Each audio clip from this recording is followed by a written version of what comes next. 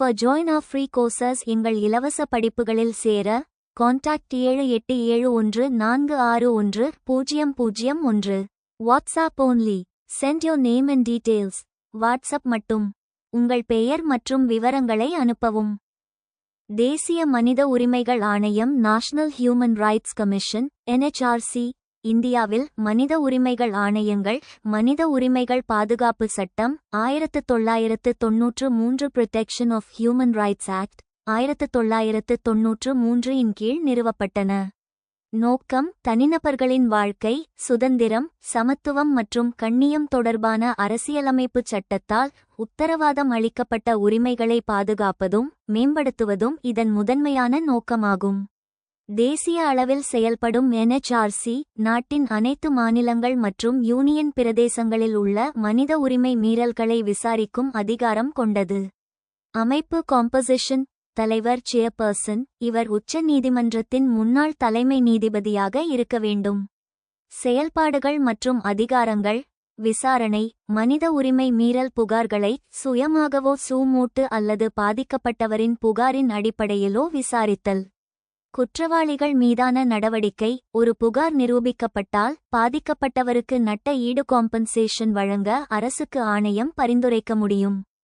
இருப்பினும் நீதிமன்றம் போல தண்டனை அளிக்கும் அதிகாரம் ஆணையத்திற்கு கிடையாது. ஆய்வு சிறைச்சாலைகள் மற்றும் சிறை விதிகளின் கீழ் உள்ள மற்ற நிறுவனங்களை ஆய்வு செய்து அவற்றின் நிலைமைகளை மேம்படுத்த பரிந்துரைத்தல்.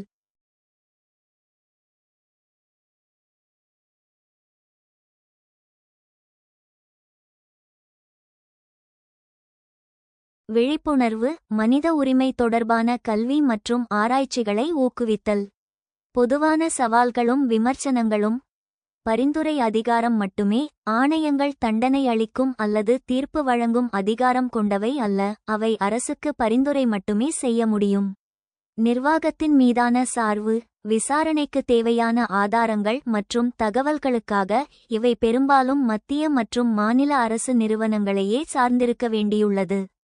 கால வரம்பு ஒரு சம்பவம் நடந்து ஒரு வருடம் கடந்த பிறகு பெறப்படும் புகார்களை ஆணையத்தால் விசாரிக்க முடியாது.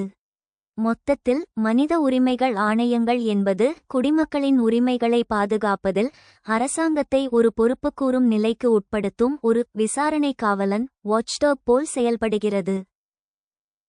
இந்தியாவில் மனித உரிமைகளை பாதுகாப்பதில் மனித உரிமைகள் ஆணையங்கள் மகத்தான பங்களிப்பை செய்திருந்தாலும் வலிமைமிக்க மற்றும் சக்தி வாய்ந்த நாடுகளுக்கு எதிராக தங்களை நிலைநிறுத்திக் கொள்ள அவை தவறிவிட்டன. அவற்றின் கட்டமைப்பு மற்றும் நடைமுறை வரம்புகளை பகுப்பாய்வு செய்து தீர்வு நடவடிக்கைகளை பரிந்துரைக்கவும். இந்தியாவில் மனித உரிமைகள் பாதுகாப்பு சட்டம் 1993 அன் கீழ் உருவாக்கப்பட்ட தேசிய மனித உரிமைகள் ஆணையம் NHRC மற்றும் மாநில மனித உரிமைகள் ஆணையங்கள் SHRC மனித உரிமைகளின் பாதுகாவலர்களாக கருதப்படுகின்றன. இருப்பினும் இந்தியாவின் முன்னாள் அட்டர்னி ஜெனரல் சோலி சொராப்ஜி மற்றும் உச்ச நீதிமன்றமே ஒருமுறை இந்த ஆணையத்தை பற்களற்ற புலி டூத்லெஸ் டைகர் என்று வர்ணித்துள்ளன. வலிமைமிக்க அரசு கட்டமைப்பிற்கு எதிராக இவை ஏன் முழுமையாகச் செயல்பட முடியவில்லை என்பதற்கான காரணங்களையும் அதற்கான தீர்வுகளையும் விரிவாக காண்போம்.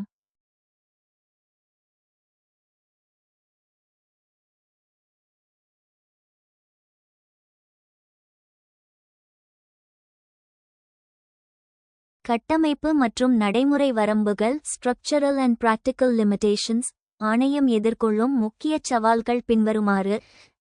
பரிந்துரைக்கும் அதிகாரம் மட்டுமே அட்வைசரி ரோல் ஓன்லி. ஆணையத்தின் மிகப்பெரிய பலவீனம் அதன் பரிந்துரைகள் கட்டுப்படுத்தாதவை நான் பைண்டிங் என்பதே ஆகும்.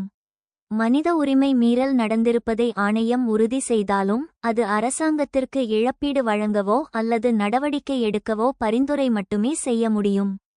அரசால் அந்த பரிந்துரையை நிராகரிக்க முடியும். சொந்த விசாரணை பிரிவு இன்மை lack of independent investigative machinery. தீவிரமான புலனாய்வு பிரிவு இல்லை. பெரும்பாலான புகார்கள் காவல்துறைக்கு எதிரானவை, ஆனால் அவற்றை விசாரிக்க ஆணையம் மீண்டும் அதே மாநில காவல்துறையையோ அல்லது சிபிஐயையோ சார்ந்திருக்க வேண்டியுள்ளது. இது வேலியே பயிரை மேய்வது போன்றது.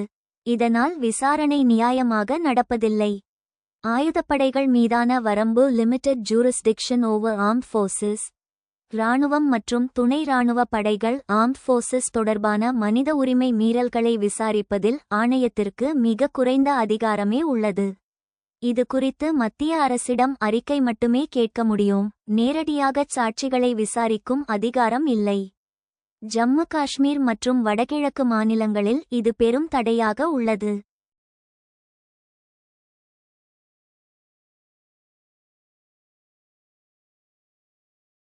காலவரம்பு லிமிட்டேஷன் பீரியட்.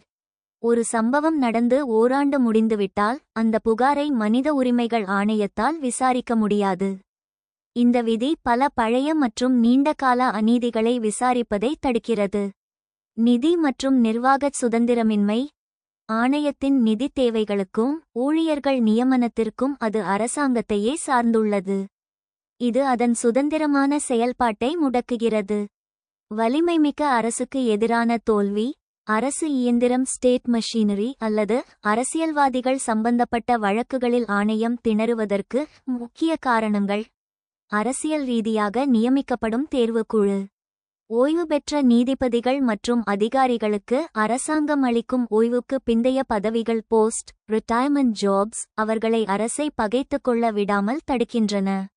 பரிந்துரைக்கப்படும் தீர்வு நடவடிக்கைகள் ரெமிடியல் மெஷர்ஸ்.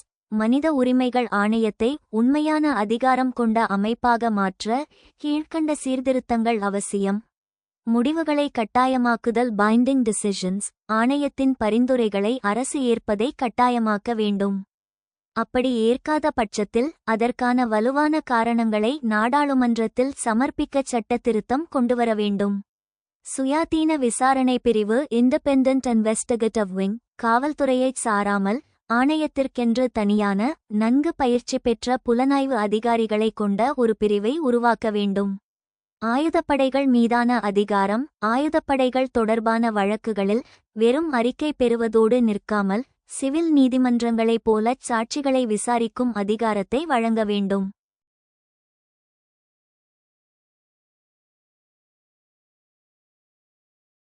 தேர்வுக்குழுவில் மாற்றம். ஆணைய உறுப்பினர்களை தேர்ந்தெடுக்கும் குழுவில் ஆளுங்கட்சியின் ஆதிக்கம் குறைய வேண்டும். சிவில் சமூக பிரதிநிதிகளையும் சிவில் சொசைட்டி மெம்பர்ஸ் இக்குழுவில் இணைக்கலாம். பிரிவு 12 விரிவாக்கம். மனித உரிமை மீறல்களுக்கு நஷ்டஈடு காம்பன்சேஷன் வழங்கும் அதிகாரத்தை ஆணையத்திற்கு நேரடியாக வழங்க வேண்டும். முடிவுரை. மனித உரிமைகள் ஆணையம் என்பது அரசாங்கத்தின் தவறுகளைச் சுட்டிக்காட்டும் ஒரு கண்ணாடி. அந்த கண்ணாடி தெளிவாகவும் உடையாததாகவும் இருக்க வேண்டும். வெறும் கண்துடைப்பு அமைப்பாக இல்லாமல் சாமானிய மக்களின் கடைசி நம்பிக்கையாக இந்த ஆணையம் மாற மேலே உள்ள கட்டமைப்பு ரீதியான மாற்றங்கள் அவசியமாகும். Though the Human Rights Commissions have contributed immensely to the protection of human rights in India, yet they have failed to assert themselves against the mighty and powerful. Analyzing their structural and practical limitations, suggest remedial measures.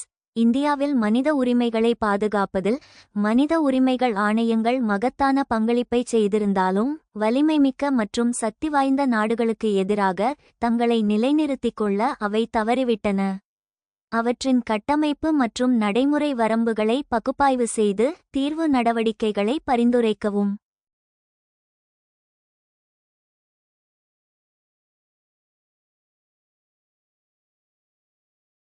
The Human Rights Commission's HRCS in India have played a significant role in promoting and protecting human rights, but they face several structural and practical limitations that hinder their effectiveness.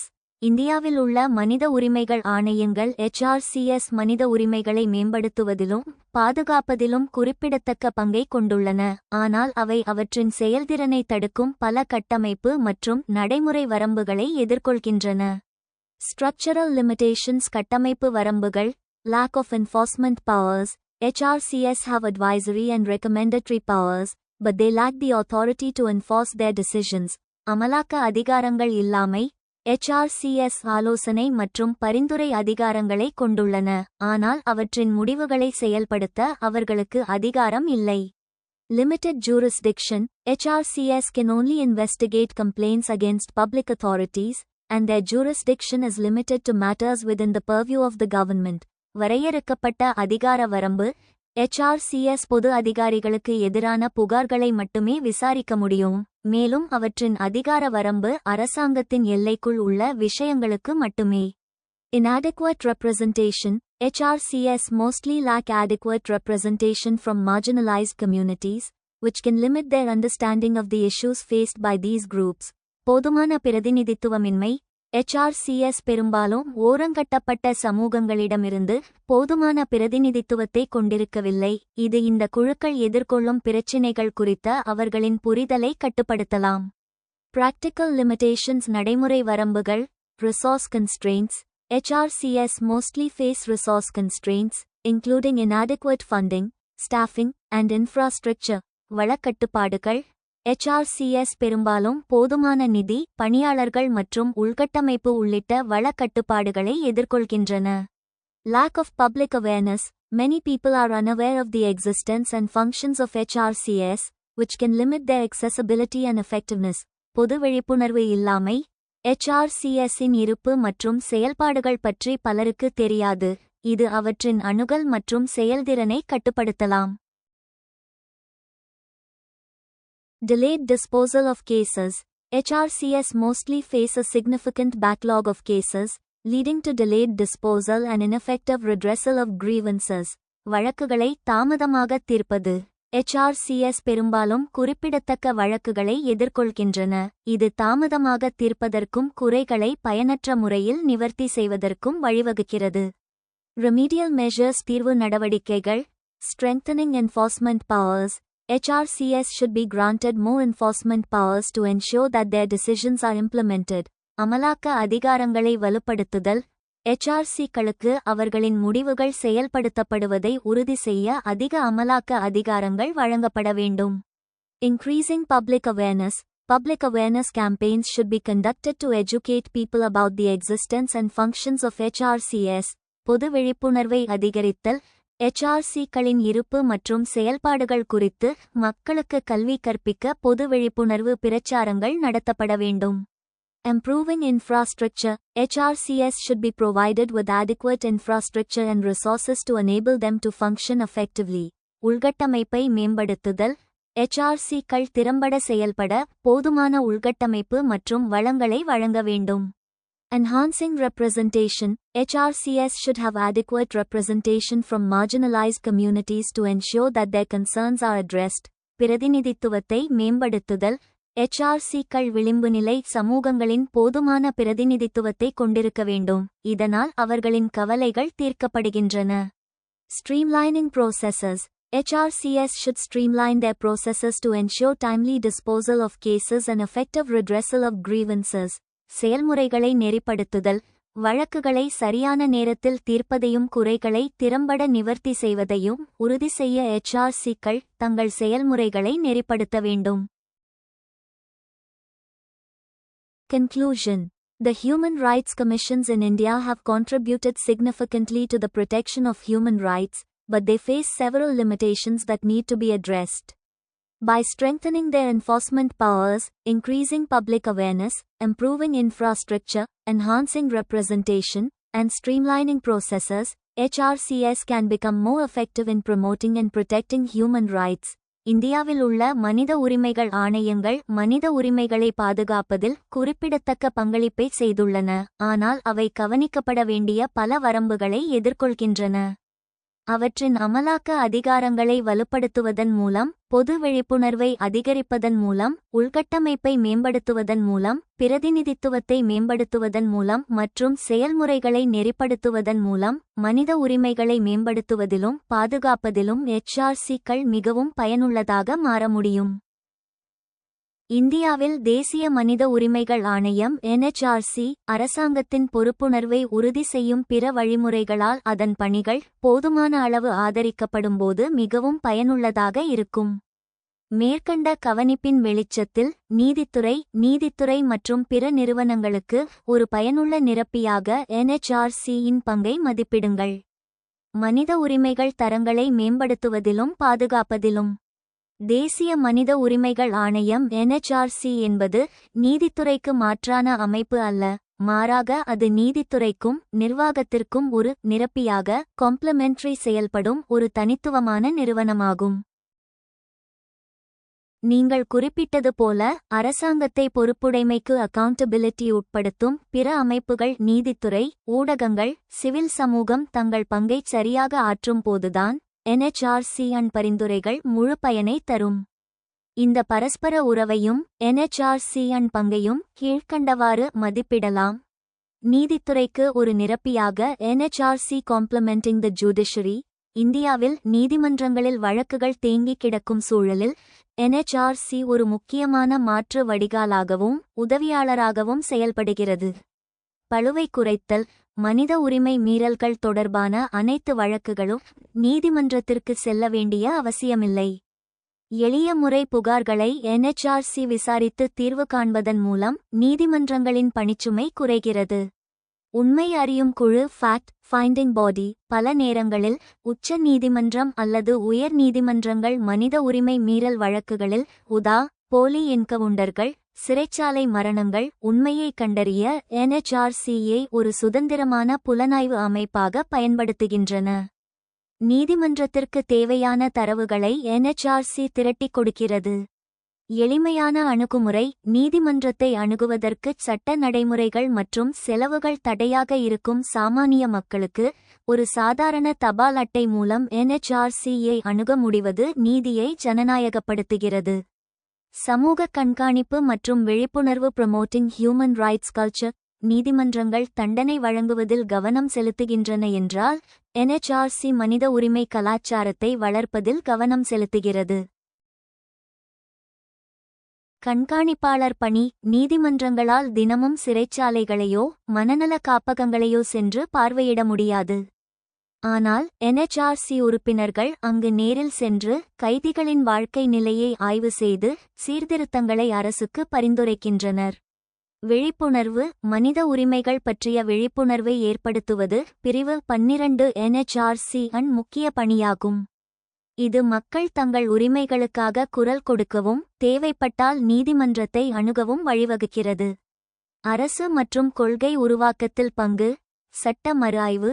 பயங்கரவாத தடுப்புச் சட்டங்கள் போட்ட போன்றவை அமலில் இருந்தபோது அவற்றில் உள்ள மனித உரிமை மீறல் கூறுகளைச் சுட்டிக்காட்டி சட்டத் திருத்தங்களுக்கு NHRC அழுத்தம் கொடுத்தது. இது நாடாளுமன்றம் மற்றும் நீதித்துறைக்கு ஒரு வழிகாட்டியாக அமைந்தது.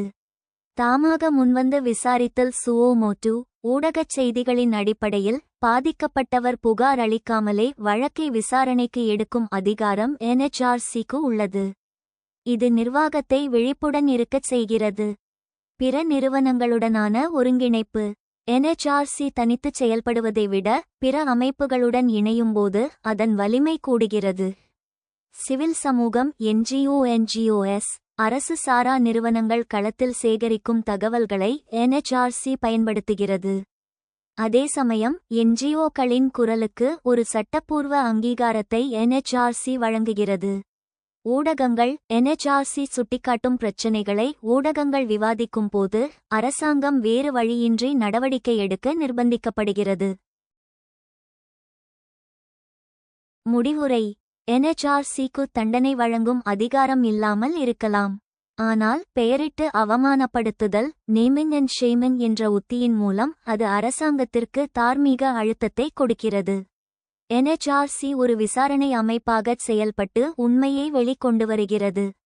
அதன் அடிப்படையில் நீதித்துறை சட்டரீதியான உத்தரவுகளை பிறப்பிக்கிறது. சிவில் சமூகம் அந்த உத்தரவுகளை அமல்படுத்த குரல் கொடுக்கிறது. இந்தச் சங்கிலித் தொடர் சரியாக இயங்கும்போது மட்டுமே மனித உரிமைகள் முழுமையாக பாதுகாக்கப்படும். எனவே NHRC என்பது ஜனநாயகத்தின் காவல் கோபுரத்தில் இருக்கும் ஒரு முக்கியமான விளக்கு. அது தனியாக எரியும்போது வெளிச்சம் குறைவுதான், ஆனால் மற்ற விளக்குகளோடு நீதித்துறை, ஊடகங்கள் சேரும்போது அது பிரகாசமான பாதுகாப்பை தருகிறது.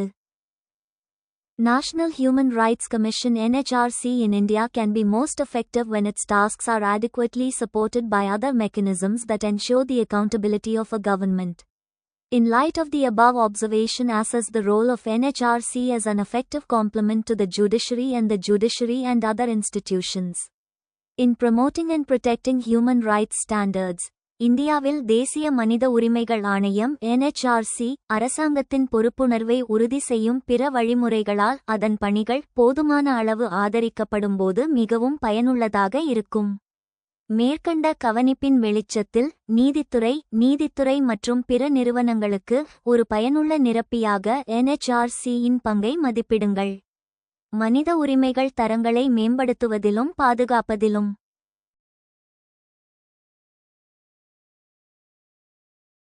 The National Human Rights Commission (NHRC) in India plays a vital role in promoting and protecting human rights standards.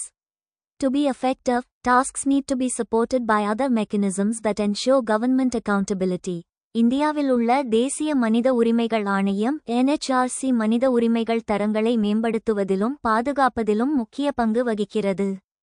திறம்பட செயல்பட எழின் பணிகள் அரசாங்க பொறுப்புணர்வை உறுதி செய்யும் பிற வழிமுறைகளால் ஆதரிக்கப்பட வேண்டும். ரோல் ஆஃப் NHRC-இன் பங்கு.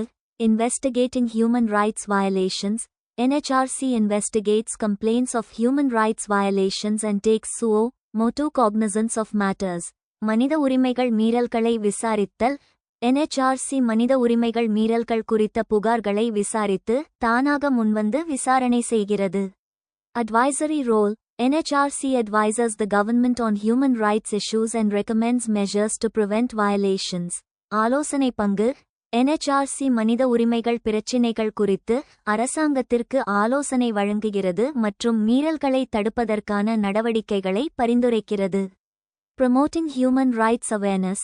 NHRC conducts awareness programs and workshops to educate people about their rights. மனித உரிமைகள் விழிப்புணர்வை ஊக்குவித்தல். NHRC மக்களுக்கு அவர்களின் உரிமைகள் குறித்து கல்வி கற்பிக்க விழிப்புணர்வு நிகழ்ச்சிகள் மற்றும் பட்டறைகளை நடத்துகிறது. Complementing the judiciary. நீதித்துறையை நிறைவு செய்தல். Quasi-judicial body. NHRC is a quasi-judicial body that can investigate and recommend action, while the judiciary can take binding decisions. அரை நீதித்துறை அமைப்பு. NHRC என்பது விசாரணை செய்து நடவடிக்கை எடுக்க பரிந்துரைக்கக்கூடிய ஒரு அரை நீதித்துறை அமைப்பாகும். அதே நேரத்தில் நீதித்துறை பிணைக்கும் முடிவுகளை எடுக்க முடியும். Reducing judicial burden. NHRC can help reduce the burden on the judiciary by investigating and resolving human rights complaints. நீதித்துறை சுமையை குறைத்தல். NHRC மனித உரிமைகள் புகார்களை விசாரித்து தீர்ப்பதன் மூலம் நீதித்துறையின் சுமையை குறைக்க உதவும்.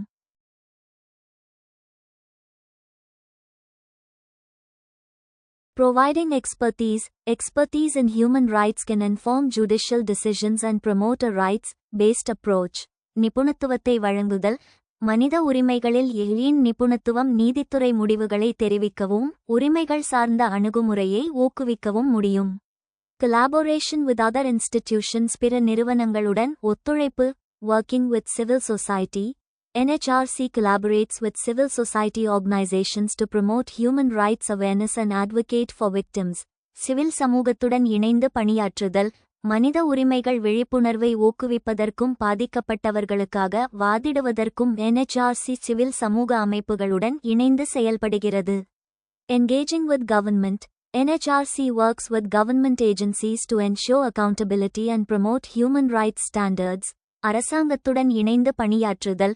பொறுப்புக்கூறலை உறுதி செய்வதற்கும் மனித உரிமைகள் தரங்களை மேம்படுத்துவதற்கும் NHRC அரசு நிறுவனங்களுடன் இணைந்து செயல்படுகிறது.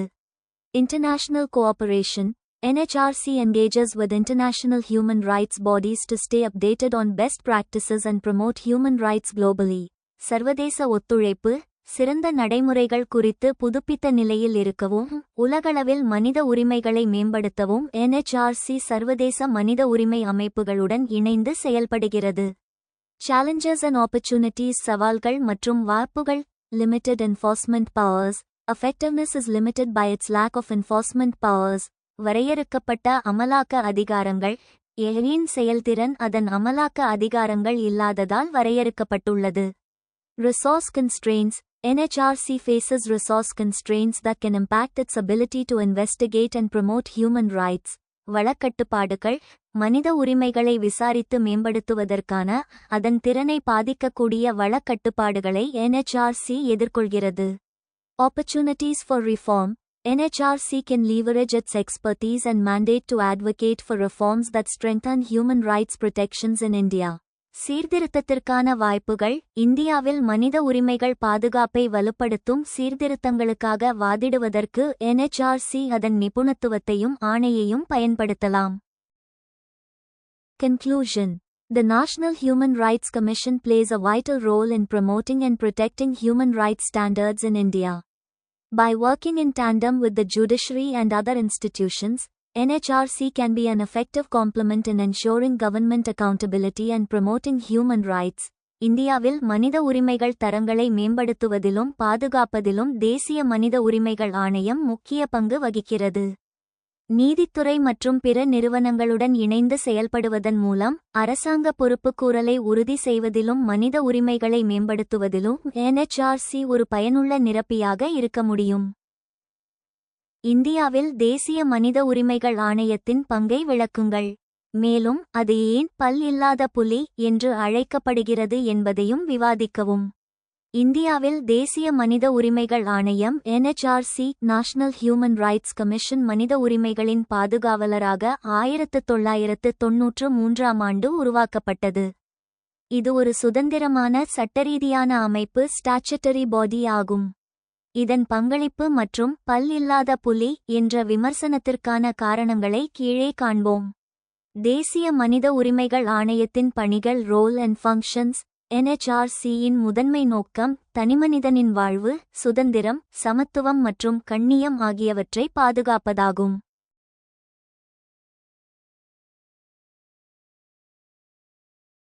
விசாரணை அதிகாரம். மனித உரிமை மீறல் குறித்த புகார்களை விசாரித்தல் அல்லது ஊடகச் செய்திகளின் அடிப்படையில் தாமாக முன்வந்து சூமோட்டு வழக்குகளை பதிவு செய்து விசாரித்தல்.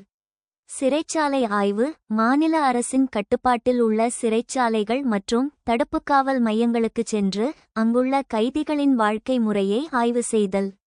சட்ட மறுஆய்வு. மனித உரிமைகளை பாதுகாப்பதற்காக உள்ள சட்டங்கள் மற்றும் அரசியலமைப்பு பாதுகாப்புகளை மறுஆய்வு செய்து அவற்றை சிறப்பாகச் செயல்படுத்துவதற்கான பரிந்துரைகளை வழங்குதல். ஆராய்ச்சி மற்றும் கல்வி. மனித உரிமைகள் குறித்த ஆராய்ச்சியை ஊக்குவித்தல் மற்றும் மக்களிடையே விழிப்புணர்வை ஏற்படுத்துதல். சர்வதேச ஒப்பந்தங்கள். சர்வதேச மனித உரிமை ஒப்பந்தங்களை ஆய்வு செய்து அவற்றை இந்தியாவில் நடைமுறைப்படுத்த அரசுக்கு பரிந்துரைத்தல். ஏன் இது பல் இல்லாத புலி, டூத்லெஸ் டைகர் என்று அழைக்கப்படுகிறது? இந்தியாவின் முன்னாள் NHRC தலைவரே நீதிபதி எச்.எல். தத்து இந்த அமைப்பை பல் இல்லாத புலி என்று வர்ணித்துள்ளார். பார்ப்பதற்கு அதிகாரமிக்க அமைப்பாக தெரிந்தாலும் நடைமுறையில் அது கடிக்கும் தண்டிக்கும் சக்தியற்றதாக இருப்பதாலேயே இவ்வாறு அழைக்கப்படுகிறது. இதற்கான முக்கிய காரணங்கள். பரிந்துரைக்கும் அதிகாரம் மட்டுமே, அட்வைசரி ரோல் ஓன்லி. ஆணையம் விசாரணையின் முடிவில் மனித உரிமை மீறல் நடந்திருப்பதை உறுதி செய்தாலும் குற்றவாளிக்கு தண்டனை வழங்கவோ அல்லது பாதிக்கப்பட்டவருக்கு நஷ்டஈடு வழங்கவோ உத்தரவிட முடியாது. அது அரசுக்கு வெறும் பரிந்துரை ரெக்கமெண்டேஷன் மட்டுமே செய்ய முடியும். அந்த பரிந்துரையை ஏற்பதும் மறுப்பதும் அரசின் விருப்பம்.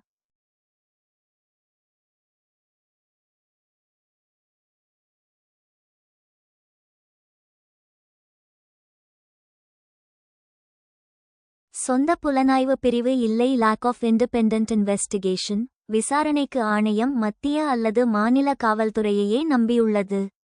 பெரும்பாலும் காவல்துறை மீதே மனித உரிமை மீறல் புகார்கள் வரும்போது அதே காவல்துறையை கொண்டு விசாரிப்பது நியாயமான தீர்ப்பை தருமா என்பது கேள்விக்குறியே.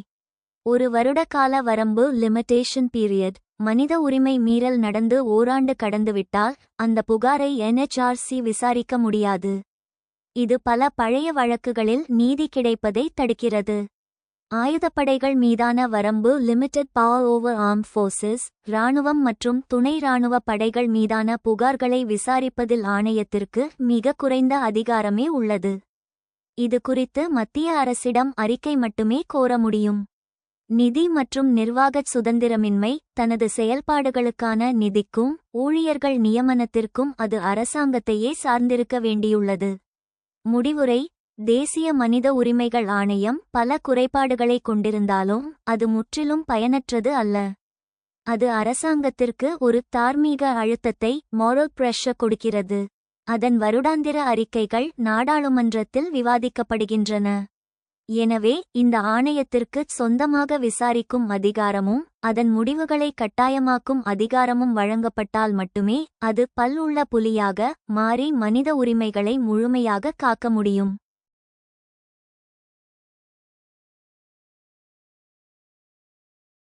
Elucidate the role of National Human Rights Commission in India. Also, discuss why it is dubbed as a toothless tiger. இந்தியாவில் தேசிய மனித உரிமைகள் ஆணையத்தின் பங்கை விளக்குங்கள். மேலும் அது ஏன் பல் இல்லாத புலி என்று அழைக்கப்படுகிறது என்பதையும் விவாதிக்கவும். The National Human Rights Commission (NHRC) is a statutory body established under the Protection of Human Rights Act, 1993, to promote and protect human rights in India. தேசிய மனித உரிமைகள் ஆணையம் NHRC இந்தியாவில் மனித உரிமைகளை மேம்படுத்துவதற்கும் பாதுகாப்பதற்கும் 1993 ஆண்டு மனித உரிமைகள் பாதுகாப்புச் சட்டத்தின் கீழ் நிறுவப்பட்ட ஒரு சட்டப்பூர்வ அமைப்பாகும். Role of NHRC. NHRC-இன் பங்கு. Investigating human rights violations. NHRC investigates complaints of human rights violations and takes suo motu cognizance of matters. மனித உரிமைகள் மீறல்களை விசாரித்தல். NHRC மனித உரிமை மீறல்கள் குறித்த புகார்களை விசாரித்து தானாக முன்வந்து நடவடிக்கை எடுக்கும். Advisory role. NHRC advises the government on human rights issues and recommends measures to prevent violations. ஆலோசனை பங்கு. மனித உரிமைகள் பிரச்சினைகள் குறித்து NHRC அரசாங்கத்திற்கு ஆலோசனை வழங்குகிறது மற்றும் மீறல்களை தடுப்பதற்கான நடவடிக்கைகளை பரிந்துரைக்கிறது. Promoting human rights awareness. NHRC conducts awareness programs and workshops to educate people about their rights. மனித உரிமைகள் விழிப்புணர்வை ஊக்குவித்தல். NHRC அவர்களின் உரிமைகள் குறித்து மக்களுக்கு கல்வி கற்பிக்க விழிப்புணர்வு நிகழ்ச்சிகள் மற்றும் பட்டறைகளை நடத்துகிறது. Reviewing laws and policies. NHRC reviews laws and policies to ensure they are in line with human rights standards. சட்டங்கள் மற்றும் கொள்கைகளை மதிப்பாய்வு செய்தல். மனித உரிமைகள் தரநிலைகளுக்கு ஏற்ப சட்டங்கள் மற்றும் கொள்கைகள் இருப்பதை உறுதி செய்ய NHRC அவற்றை மதிப்பாய்வு செய்கிறது.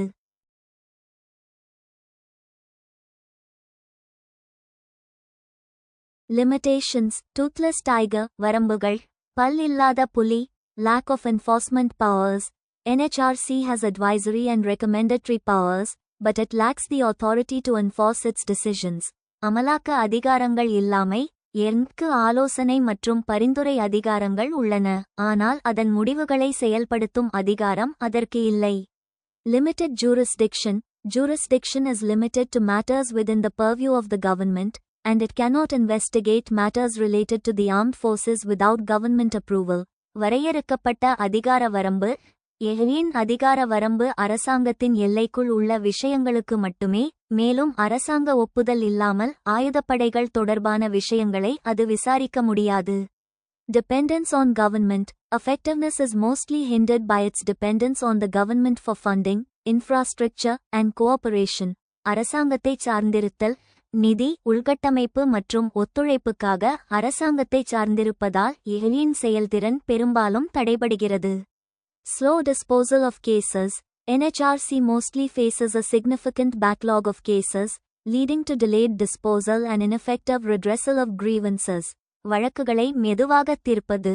NHRC பெரும்பாலும் குறிப்பிடத்தக்க அளவு வழக்குகளை எதிர்கொள்கிறது, இதனால் தாமதமான தீர்வு மற்றும் குறைகளை பயனற்ற முறையில் நிவர்த்தி செய்வதற்கு வழிவகுக்கிறது. Challenges and opportunities. Strengthening NHRC. To make NHRC more effective, it is essential to strengthen its enforcement powers, increase its autonomy, and improve its infrastructure. வலுப்படுத்துதல். மேலும் திறம்படச் செய்ய அதன் அமலாக்க அதிகாரங்களை வலுப்படுத்துவது, அதன் சுயாட்சியை அதிகரிப்பது மற்றும் அதன் உள்கட்டமைப்பை மேம்படுத்துவது அவசியம். Collaboration with other institutions. NHRC can collaborate with other institutions, such as civil society organizations and the judiciary, to promote human rights and ensure accountability. பிற நிறுவனங்களுடன் ஒத்துழைப்பு. மனித உரிமைகளை மேம்படுத்துவதற்கும் பொறுப்புக்கூறலை உறுதி செய்வதற்கும் NHRC சிவில் சமூக அமைப்புகள் மற்றும் நீதித்துறை போன்ற பிற நிறுவனங்களுடன் ஒத்துழைக்க முடியும். Public awareness. NHRC can conduct public awareness programs to educate people about their rights and the role of NHRC in protecting human rights. பொது விழிப்புணர்வு. NHRC அவர்களின் உரிமைகள் மற்றும் மனித உரிமைகளை பாதுகாப்பதில் NHRC-இன் பங்கு குறித்து மக்களுக்கு கல்வி கற்பிக்க பொது விழிப்புணர்வு திட்டங்களை நடத்த முடியும். Conclusion. The National Human Rights Commission plays a vital role in promoting and protecting human rights in India. However, its limitations, including lack of enforcement powers and dependence on the government, have led to it being dubbed a toothless tiger. Strengthening powers and autonomy can help it become more effective in promoting human rights. இந்தியாவில் மனித உரிமைகளை மேம்படுத்துவதிலும் பாதுகாப்பதிலும் தேசிய மனித உரிமைகள் ஆணையம் முக்கிய பங்கு வகிக்கிறது. இருப்பினும் அமலாக்க அதிகாரங்கள் இல்லாமை மற்றும் அரசாங்கத்தை சார்ந்திருத்தல் உள்ளிட்ட அதன் வரம்புகள் அதை பல் இல்லாத புலி என்று அழைக்க வழிவகுத்தன. NHRC-யின் அதிகாரங்களையும் சுயாட்சியையும் வலுப்படுத்துவது மனித உரிமைகளை மேம்படுத்துவதில் அது மிகவும் திறம்பட செயல்பட உதவும். சமூகத்தின் பாதிக்கப்படக்கூடிய பிரிவினருக்கான பல்வேறு கமிஷன்கள் பல இருப்பதால் அதிகார வரம்புகள் ஒன்றுடன் ஒன்று இணைவது மற்றும் செயல்பாடுகள் இரட்டிப்பாக இருப்பது போன்ற சிக்கல்கள் ஏற்படுகின்றன. அனைத்து கமிஷன்களையும் ஒரு குடை மனித உரிமைகள் ஆணையமாக இணைப்பது சிறந்ததா? உங்கள் வழக்கை வாதிடுங்கள். இந்தியாவில் தேசிய தாழ்த்தப்பட்டோர் ஆணையம் NCSC, தேசிய பழங்குடியினர் ஆணையம் NCST, தேசிய பெண்கள் ஆணையம் NCW, தேசிய சிறுபான்மையினர் ஆணையம் NCM மற்றும் தேசிய குழந்தைகள் உரிமைகள் பாதுகாப்பு ஆணையம் NCPCR என பல அமைப்புகள் செயல்படுகின்றன.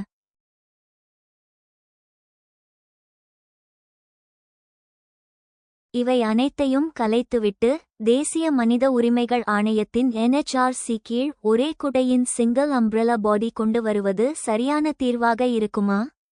இந்த கேள்விக்கான விவாதத்தை இரு கோணங்களிலும் ஆராய்வோம். வாதம் 1. ஒரே குடை அமைப்பாக இணைப்பதன் நன்மைகள். Arguments for merger. சில நிபுணர்கள் உதா. நீதிபதி ரங்கநாத் மிஸ்ரா கமிஷன் இந்த அமைப்புகளை இணைப்பது சிறந்தது என்று வாதிடுகின்றனர். அதற்கான காரணங்கள். அதிகார வரம்பு குழப்பத்தை தவிர்த்தல். Avoiding overlapping jurisdiction. உதாரணமாக, ஒரு தலித் பெண் பாலியல் வன்முறைக்கு உள்ளானால் அந்த வழக்கு தேசிய பெண்கள் ஆணையத்தின் வரம்பிலும் வரும், தாழ்த்தப்பட்டோர் ஆணையத்தின் வரம்பிலும் வரும், மனித உரிமைகள் ஆணையத்தின் கீழும் வரும். இந்த அமைப்புகளை இணைப்பதன் மூலம் எந்த அமைப்பு விசாரிப்பது என்ற குழப்பம் நீங்கி ஒரு சாளர முறை சிங்கிள் விண்டோ சிஸ்டம் உருவாகும். ஊடாடும் பிரச்சினைகளை இன்டர்செக்ஷனாலிட்டி கையாளுதல். மனித உரிமைகள் ஒன்றோடு ஒன்று தொடர்புடையவை. ஒரு பெண்ணின் பிரச்சினை அவளது ஜாதியோடும் மதத்தோடும் பின்னி பிணைந்திருக்கலாம். ஒரு ஒருங்கிணைந்த அமைப்பு இந்த பிரச்சினைகளை துண்டு துண்டாக பார்க்காமல் முழுமையான கண்ணோட்டத்தில் ஹோலிஸ்டிக் வியூ அணுக முடியும். நிர்வாகச் செலவு மற்றும் வளங்கள். பல தலைவர்கள், பல அலுவலகங்கள் என்பதற்கு பதிலாக ஒரே வலுவான அமைப்பை உருவாக்குவது நிர்வாகச் செலவை குறைக்கும். மனிதவளத்தை சிறப்பாக பயன்படுத்த முடியும். வாதம் 2. ஏன் இணைக்கக்கூடாது? Arguments against merger. இந்தியச் சூழலில் தனித்தனியான ஆணையங்கள் இருப்பதே சிறந்தது என்பதற்கான வலுவான காரணங்கள் உள்ளன. பிரச்சினைகளின் தனித்துவம். Specificity of issues. இந்தியாவில் ஒடுக்குமுறை என்பது பல வடிவங்களில் உள்ளது.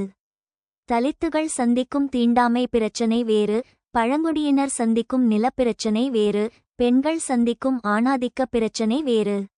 எல்லாவற்றையும் ஒரே அமைப்பில் போடும்போது எல்லாருக்கும் பொதுவானது என்பது யாருக்கும் சொந்தமில்லாதது. ஜெனரலைசேஷன் லீட்ஸ் டு டைல்யூஷன் என்றாகிவிடும். குறிப்பிட்ட சமூகங்களின் மீதான நுட்பமான கவனம் சிதறடிக்கப்படும். அரசியலமைப்பு அந்தஸ்து இழப்பு. Loss of constitutional status.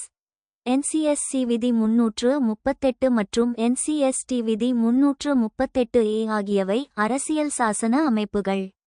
ஆனால் NHRC என்பது ஒரு நாடாளுமன்ற சட்டத்தால் உருவாக்கப்பட்ட அமைப்பு மட்டுமே. இவற்றை இணைத்தால் தாழ்த்தப்பட்ட மற்றும் பழங்குடியின மக்களுக்கு அரசியலமைப்பு வழங்கியுள்ள உயரிய பாதுகாப்பு மற்றும் முக்கியத்துவம் குறைக்கப்பட்டுவிடும். தலைமை மற்றும் பிரதிநிதித்துவம். தற்போது SC ஆணையத்தின் தலைவராக ஒரு SC சமூகத்தவர் மட்டுமே இருக்க முடியும். இது அந்தச் சமூகத்தின் நம்பிக்கையை உறுதி செய்கிறது. ஒரே குடை அமைப்பாக மாறினால் அதன் தலைவராக யாரை நியமிப்பது? ஒருவரால் அனைத்து பிரிவினரின் உணர்வுகளையும் ஒரே நேரத்தில் பிரதிபலிக்க முடியாது. ஏற்கனவே உள்ள பணிச்சுமை. NHRC ஏற்கனவே ஆயிரக்கணக்கான நிலுவை வழக்குகளுடன் திணறி வருகிறது. ஓவர்பர்டன்ட். இதில் மற்ற ஆணையங்களின் வேலைகளையும் சேர்த்தால் அந்த அமைப்பு முடங்கிப்போகும் அபாயம் உள்ளது. தீர்வு என்ன? வே ஃபார்வர்ட். அனைத்து ஆணையங்களையும் ஒன்றாக இணைப்பது இந்தியாவின் பன்முகத்தன்மை மற்றும் சமூக ஏற்றத்தாழ்வுகளுக்கு தீர்வாகாது. அதற்கு பதிலாக கீழ்க்கண்ட மாற்றங்களை செய்யலாம். ஒருங்கிணைப்பு பொறிமுறை கோஆர்டினேஷன் மெக்கானிசம். அமைப்புகளை இணைக்காமல் அவற்றுக்கு இடையே முறையான தகவல் பரிமாற்றத்தை ஏற்படுத்தலாம்.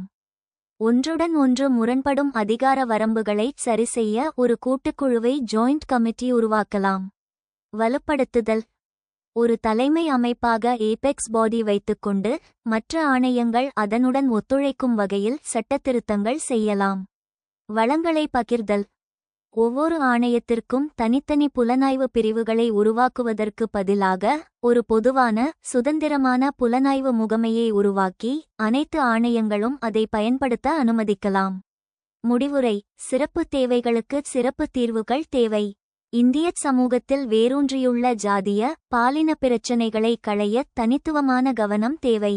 எனவே ஆணையங்களை இணைத்து அடையாளத்தை அழிப்பதை விட தனித்தனியாகச் செயல்படவிட்டு அவற்றின் அதிகாரத்தை, குறிப்பாக தண்டனை வழங்கும் அதிகாரம் அதிகரிப்பதே சிறந்த வழியாகும். Multiplicity of various commissions for the vulnerable sections of the society leads to problems of overlapping jurisdiction and duplication of functions. Is it better to merge all commissions into an umbrella human rights commission? Argue your case. சமூகத்தின் பாதிக்கப்படக்கூடிய பிரிவினருக்கான பல்வேறு கமிஷன்கள் பல இருப்பதால் அதிகார வரம்புகள் ஒன்றுடன் ஒன்று இணைவது மற்றும் செயல்பாடுகள் இரட்டிப்பாக இருப்பது போன்ற சிக்கல்கள் ஏற்படுகின்றன. அனைத்து கமிஷன்களையும் ஒரு குடை மனித உரிமைகள் ஆணையமாக இணைப்பது சிறந்ததா? உங்கள் வழக்கை வாதிடுங்கள். The multiplicity of commissions for vulnerable sections of society in India can indeed lead to overlapping jurisdiction and duplication of functions. Merging all commissions into an umbrella human rights commission could be beneficial in several ways. இந்தியாவில் சமூகத்தின் பாதிக்கப்படக்கூடிய பிரிவினருக்கான கமிஷன்களின் எண்ணிக்கை அதிகமாக இருப்பதால் அதிகார வரம்புகள் ஒன்றுடன் ஒன்று சேர்ந்து செயல்படுவதற்கும் செயல்பாடுகள் நகலெடுப்பதற்கும் வழிவகுக்கும். அனைத்து கமிஷன்களையும் ஒரே குடைக்குள் இணைப்பது பல வழிகளில் நன்மை பயக்கும். Benefits of merging commissions. கமிஷன்களை இணைப்பதன் நன்மைகள். Streamlined functions. An umbrella human rights commission would eliminate duplication of functions and ensure a more streamlined approach to addressing human rights issues. நெறிப்படுத்தப்பட்ட செயல்பாடுகள். ஒரு குடை மனித உரிமைகள் ஆணையம் செயல்பாடுகளின் நகல்களை நீக்கி மனித உரிமைகள் பிரச்சினைகளை நிவர்த்தி செய்வதற்கு மிகவும் நெறிப்படுத்தப்பட்ட அணுகுமுறையை உறுதி செய்யும். Improved efficiency. A single commission would be more efficient in handling complaints and inquiries, reducing the burden on individual commissions. மேம்பட்ட செயல்திறன். புகார்கள் மற்றும் விசாரணைகளை கையாள்வதில் ஒரு ஒற்றை ஆணையம் மிகவும் திறமையானதாக இருக்கும், தனிப்பட்ட கமிஷன்களின் சுமையை குறைக்கும். Enhanced coordination. An umbrella commission would facilitate better coordination among different departments and agencies, ensuring a more comprehensive approach to human rights protection. மேம்பட்ட ஒருங்கிணைப்பு. ஒரு குடை ஆணையம் பல்வேறு துறைகள் மற்றும் நிறுவனங்களுக்கிடையில் சிறந்த ஒருங்கிணைப்பை எளிதாக்கும், மனித உரிமைகள் பாதுகாப்பிற்கு மிகவும் விரிவான அணுகுமுறையை உறுதி செய்யும். Increased impact. A unified commission would have a stronger voice and greater impact in promoting human rights and holding the government accountable.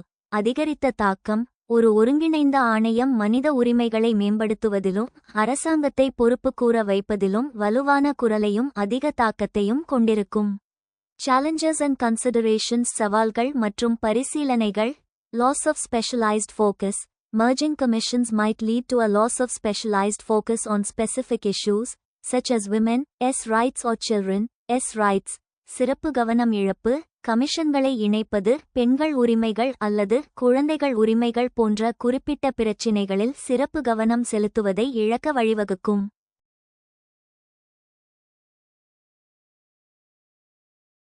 Increased workload.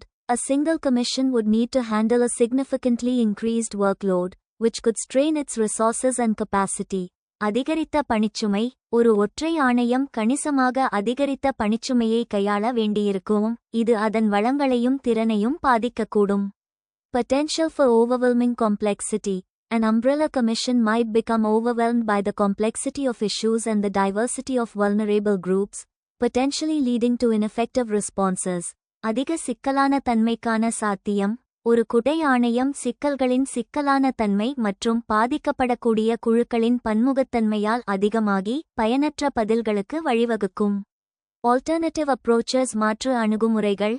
Inter-commission collaboration. Instead of merging commissions, they could be encouraged to collaborate and share resources, expertise, and best practices. கமிஷன்களுக்கு இடையேயான ஒத்துழைப்பு. கமிஷன்களை இணைப்பதற்கு பதிலாக அவை ஒத்துழைக்கவும் வளங்கள், நிபுணத்துவம் மற்றும் சிறந்த நடைமுறைகளை பகிர்ந்து கொள்ளவும் ஊக்குவிக்கப்படலாம். Clear mandates and jurisdictions. Commissions could be given clear mandates and jurisdictions to avoid overlapping functions and ensure effective use of resources. தெளிவான ஆணைகள் மற்றும் அதிகார வரம்புகள். செயல்பாடுகளை ஒன்றுடன் ஒன்று சேர்ப்பதை தவிர்க்கவும் வளங்களை திறம்பட பயன்படுத்துவதை உறுதி செய்யவும் கமிஷன்களுக்கு தெளிவான ஆணைகள் மற்றும் அதிகார வரம்புகள் வழங்கப்படலாம். Strengthening individual commissions. Individual commissions could be strengthened through increased funding, capacity building, and support to enable them to effectively address the specific needs of their respective constituencies. தனிப்பட்ட கமிஷன்களை வலுப்படுத்துதல். அந்தந்த தொகுதிகளின் குறிப்பிட்ட தேவைகளை திறம்பட நிவர்த்தி செய்ய உதவும் வகையில் அதிகரித்த நிதி, திறன் மேம்பாடு மற்றும் ஆதரவு மூலம் தனிப்பட்ட கமிஷன்களை வலுப்படுத்த முடியும். Conclusion. While merging commissions into an umbrella human rights commission has its benefits, it is essential to carefully consider the potential challenges and complexities involved. A balanced approach that takes into account the strengths and weaknesses of individual commissions and the potential benefits of a unified commission would be necessary to ensure effective protection and promotion of human rights in India. கமிஷன்களை ஒரு குடையாக இணைப்பது மனித உரிமைகள் ஆணையத்தின் நன்மைகளை கொண்டிருந்தாலும் அதில் உள்ள சாத்தியமான சவால்கள் மற்றும் சிக்கல்களை கவனமாக கருத்தில் கொள்வது அவசியம். இந்தியாவில் மனித உரிமைகளின் பயனுள்ள பாதுகாப்பையும் மேம்பாட்டையும் உறுதி செய்வதற்கு தனிப்பட்ட கமிஷன்களின் பலம் மற்றும் பலவீனங்களையும் ஒருங்கிணைந்த கமிஷனின் சாத்தியமான நன்மைகளையும் கணக்கில் எடுத்துக்கொள்ளும் ஒரு சமநிலையான அணுகுமுறை அவசியம். For join our free courses, எங்கள் இலவச படிப்புகளில் சேர contact 7871461001. WhatsApp only. Send your name and details. WhatsApp மட்டும். உங்கள் பெயர் மற்றும் விவரங்களை அனுப்பவும்.